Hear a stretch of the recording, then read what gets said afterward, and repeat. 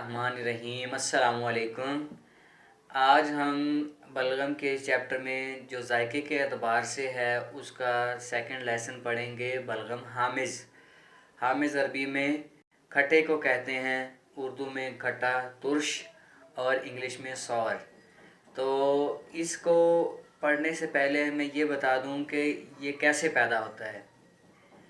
ये बलगम जो खट्टा है ये इस तरह पैदा होता है कि तबई बलगम में सौदा शामिल हो जाए।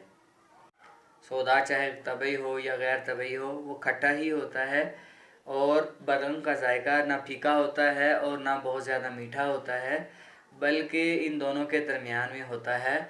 उसके साथ सौदा मिल जाए तो वो खट्टा हो जाता है। दूसरी इसकी वजह ये है कि इसके अंदर अपनी ज़ाती तौर पे बज़ाते ही कोई ऐसी तब्दीली पैदा हो जाए जो इसके जायके को खट्टा कर दे। इसकी मिसाल ऐसे ही है कि आप देखते हैं कि हम किसी फल का जूस निकाल कर रख देते हैं तो कुछ वक़्त के बाद उसके अंदर खटास पैदा हो जाती है, यानी गैर तबई तौर पे। और इसकी दूसरी मिसाल ये है कि जितने भी फल पैदा होते हैं वो कसैले होते हैं या फीके होते हैं। जब सूरज की तमाज़त उनके ऊपर असर करती है तो उनका जायका मीठा होता है।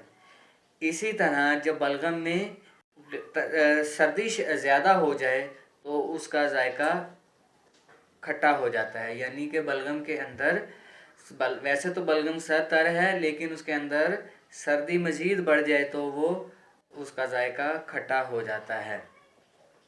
अब अगले सबक में हम ये बलगम खट्टे मीठे बलगम के बारे में अलहदा से पढ़ेंगे, क्योंकि उसकी ज़्यादा तफसील है, इसलिए उसके बारे में हम अलहदा से पढ़ते हैं।